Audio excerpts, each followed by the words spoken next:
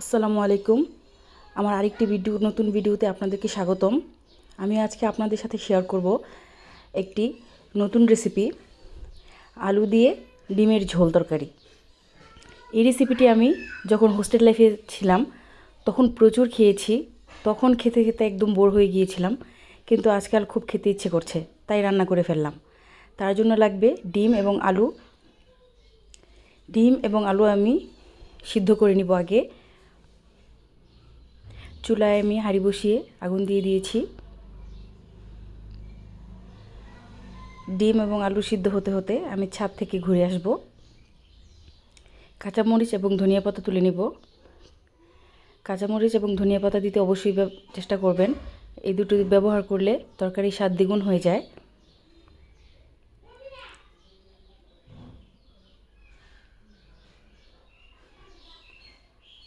আমাদের এই গাছগুলোতে প্রচুর ধনিয়া পাতা হয়েছে।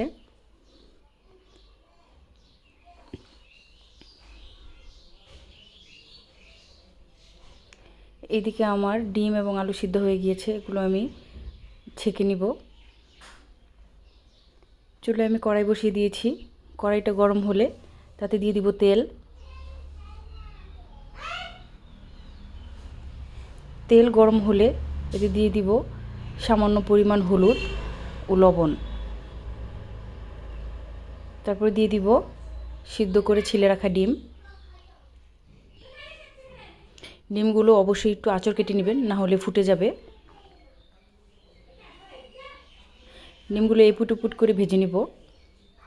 অল্প করে ভাজবো যাতে শক্ত না হয়ে যায়। ওই তেলেই আমি দিয়ে দেবো দুটো বড় সাইজের পেঁয়াজ কুচি। পেঁয়াজটা একটু হালকা লাল করে ভেজে নিব।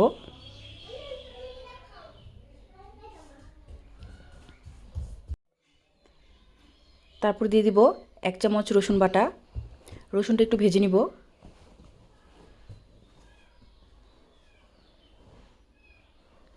তারপর দিয়ে দিব দুটো বড় সাইজের টমেটো কুচি।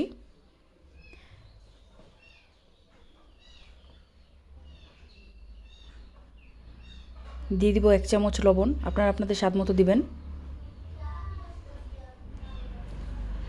হাফ চামচ হলুদের গুঁড়া দিয়ে মিক্সড করে নিব। সামান্য একটু পানি দেবো যাতে মশলাটা পুড়ে না যায়, পুড়ে গেলে তরকারির কালারটাই নষ্ট হয়ে যাবে। দিয়ে দিব হাফ চামচের চেয়েও কম মরিচের গুঁড়া, কারণ আমাদের বাসায় বাচ্চারা খাবে, তাই মরিচের গুঁড়াটা আমি কম দিয়েছি। দিয়ে দিব ভাজা জিরার গুঁড়া। মশলাটা কষিয়ে নিব।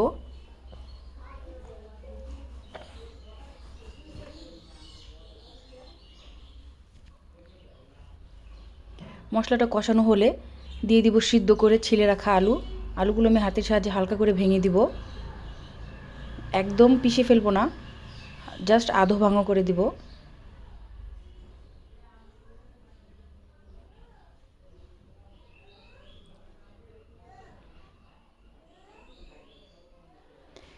মশলার সাথে আলুটা মিশিয়ে নিব।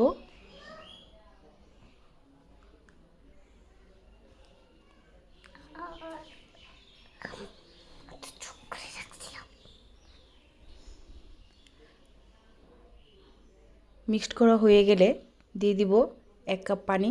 গরম পানির ব্যবহার করবেন।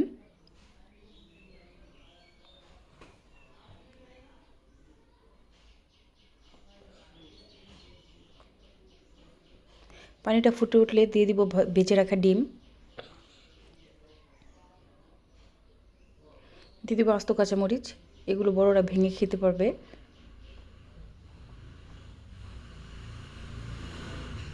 দিয়ে দিব কুচি করে রাখা ধনিয়া পাতা। এখন ভালোভাবে বলক আসলে হয়ে যাবে আমাদের এই সহজ রেসিপিটি।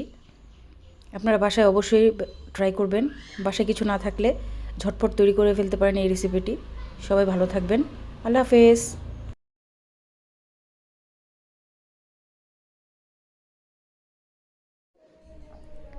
মশলার সাথে আলুটা মিক্সড হয়ে গেলে দিয়ে দিব 1 কাপ পরিমাণ গরম পানি। এটা একটু ঝোলঝোল হবে, তাই পানিটা একটু বেশি দিব।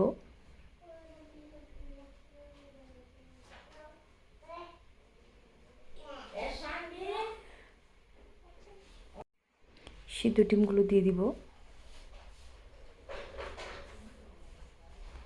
এখন দিয়ে দেবো আস্ত কাঁচামরিচ। আমরা যারা বড়রা খাবো কাঁচামরিচগুলো ভেঙে ভেঙে খাবো। দিয়ে দেবো কুচি করে ধনিয়া পাতা।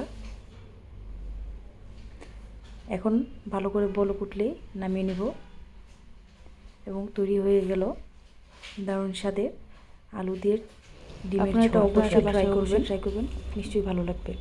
আল্লাহ হাফেজ।